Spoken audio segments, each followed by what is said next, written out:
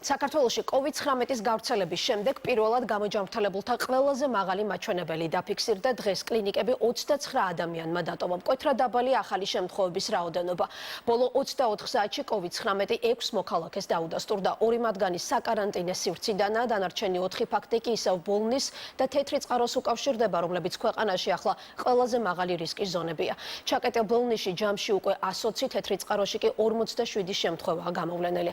ახალ ფაქტებს შორის კლასტერები დადგენილია, თუმცა მზარდი რისკებიდან გამომდინარე ქვემო ქართლის 3 რაიონში, ბოლნისში, მარნეულსა და თეთრი წყაროში ტესტირება კიდევ უფრო მასშტაბურ სახეს მიიღებს. რაც შეეხება ზოგად ეპიდემიოლოგიურ სურათს, ბოლო რამდენიმე დღეა ზოგიერთ კლინიკას ახალი პაციენტები აღარ მიუღია. თუ ბოლო ერთი კვირის სტატისტიკას გადავხედავთ, დაინფიცირებულ ადამიანთა რაოდენობის კლების ტენდენცია იკვეთება, თუმცა ეპიდემიოლოგები მოსახლეობას ჯერ მაინც სიფრთხილისკენ მოუწოდებენ.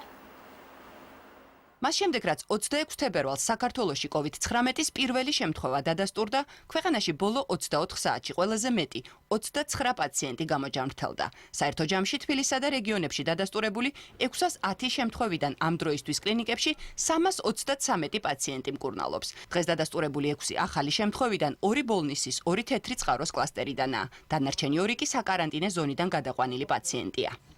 კორონავირუსის გავრცელების მაჩვენებლის გათვალისწინებით ყველაზე რთულ რეგიონად ამ დრომდე რჩება ქვემო ქართლი. ბოლნისის მუნიციპალიტეტში კორონავირუსით ინფიცირებულთა რაოდენობა 120-მდე გაიზარდა. 2 ახალი პაციენტის წყარო დადგენილია. შემთხვევები კვლავ ეგრეთ წოდებული მუშევანის კლასტერიდანაა. ორივე პირი სამკურნალო დაწესებულებაშია გადაყვანილი. დღეს ვითარებას ადგილზე გაეცნენ ქალაქის მერი დავით შერაზადიშვილი და მაჟორიტარი დეპუტატი გოგი მეშველიანი.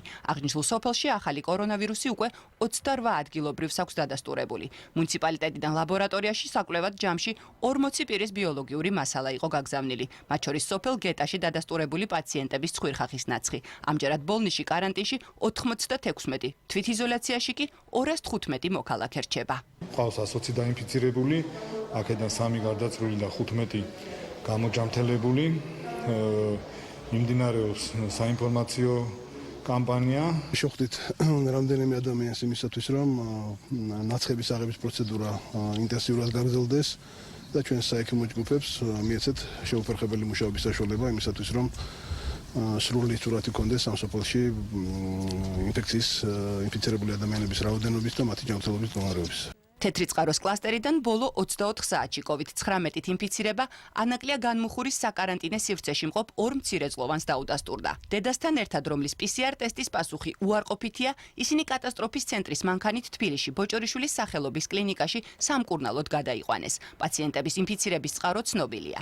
ზუგდიდის ინფექციურ საავადმყოფოში ანაკლია განმუხურის საკარანტინე სივრციდან შეყვანილი კიდევ ერთი პაციენტის პასუხი დადებითია. შუახნის ქალბატონი 22 აპრილს თურქეთიდან ჩამოსვლის შემდეგ კარანტინში იმყოფებოდა და მკურნალობას რუხის საავადმყოფოში განაგრძობს. არ აქვს კავშირი თეთრი წყაროს კლასტერთან.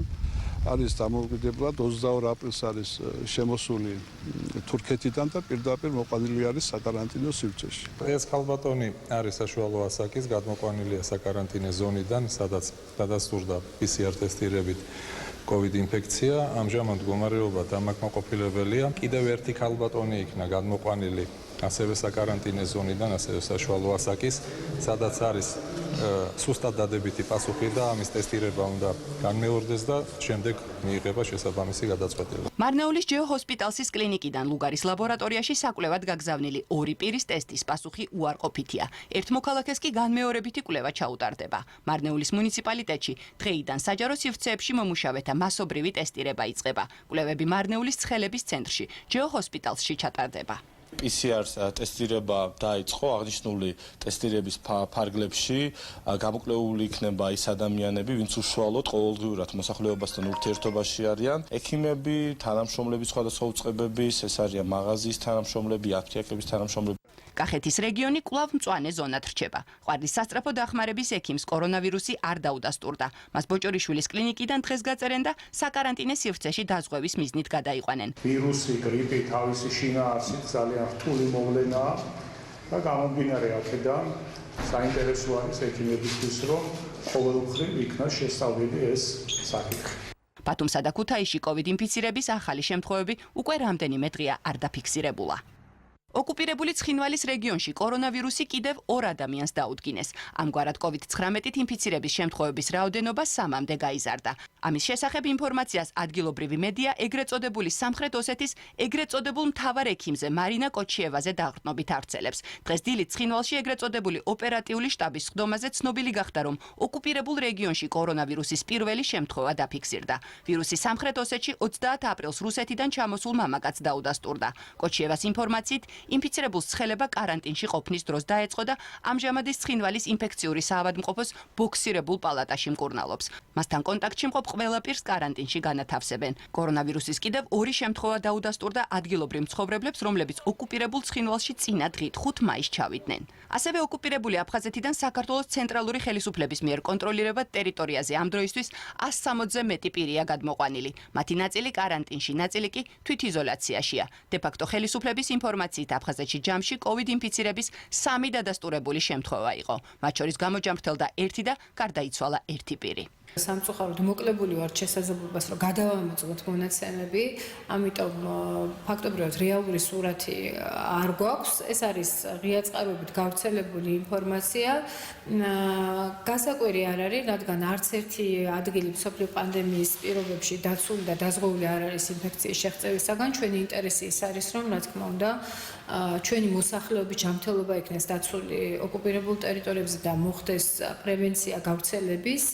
ჩვენ ორივე მიმართულებით ვმუშაობთ, იცით, დაწყებული ინფორმაციის გავრცელებიდან, მათ შორის აფხაზურად და ოსურად, დასრულებული სხვადასხვა არხის მეშვეობით ვმუშაობთ, მათ შორის ასევე საერთაშორისო ორგანიზაციების მეშვეობით.